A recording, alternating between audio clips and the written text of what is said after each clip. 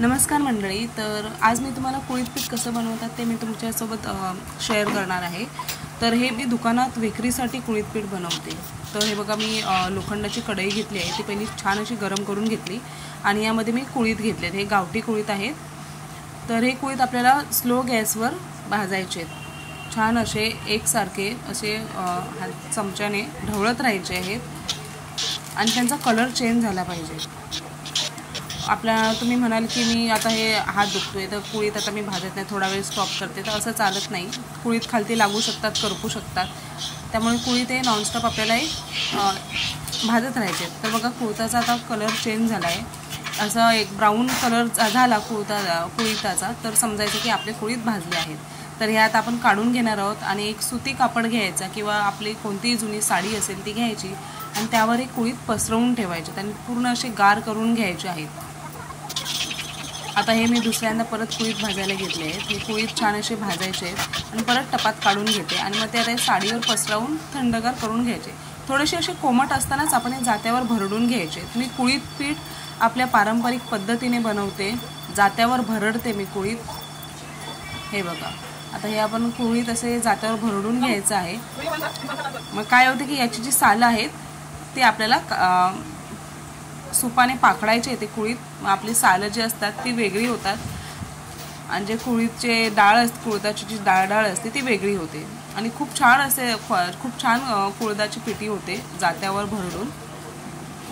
तर हे बघा, असं पाकडायचं आहे आणि जे पुढे जी सालं येतात ती फुंकर मारून आपल्याला हे काढून टाकायची आहे. ही प्रोसेस खूप महत्त्वाची असते. आणि जर सालीसकट दळला तर काय होतं की आपली जी कुळीत पिठी होते ती काळसर होते आणि एवढी चव लागत नाही कुळीत पिठाला. त्यामुळे ही प्रोसेस खूप महत्त्वाची आहे. कुळीत भरडल्यानंतर त्याची जी सालं असतात ती काढून टाकायची. याने कुळीत पिठाला खूप छान अशी टेस्ट येते. नाहीतर कुळीत पीठ आपली कुळदाची पिठी होते ती काळसर होते. तर असे सगळे आपण सालं काढून घ्यायचे आहेत आणि जी कुळदाची डाळ होती ती वेगळी काढून घेते. आता मी माझ्याकडे घरघंटी आहे, त्या घरघंटीमध्ये मी ही दळणार आहे.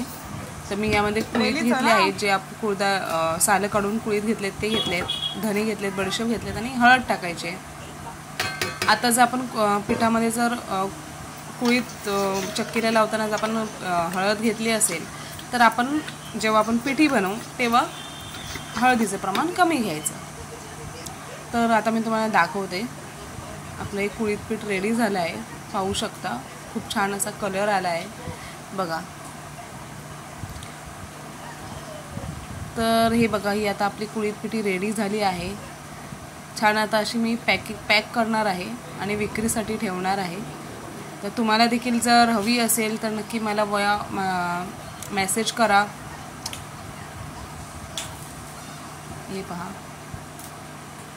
आणि जर आजचा माझा व्हिडिओ आवडला असेल तर नक्की लाईक, शेअर, सबस्क्राईब करायला विसरू नका. आणि अजून देखील जर तुम्हाला काही क्वेरी असेल तर नक्की मला कमेंट करून सांगा. आणि जर तुम्हाला कुळीत पिठी पाहिजे असेल तर त्यासाठी देखील तुम्ही कमेंट करा. घरगुती कुळीत पीठ आहे. हे पहा, खूप छान अशी कुळीत पिठी आपली रेडी झाली आहे. असंच तुम्ही माझ्या चॅनलला लाईक करा, शेअर करा आणि सबस्क्राईब करायला विसरू नका. तोपर्यंत आपण पुढच्या व्हिडिओमध्ये भेटू.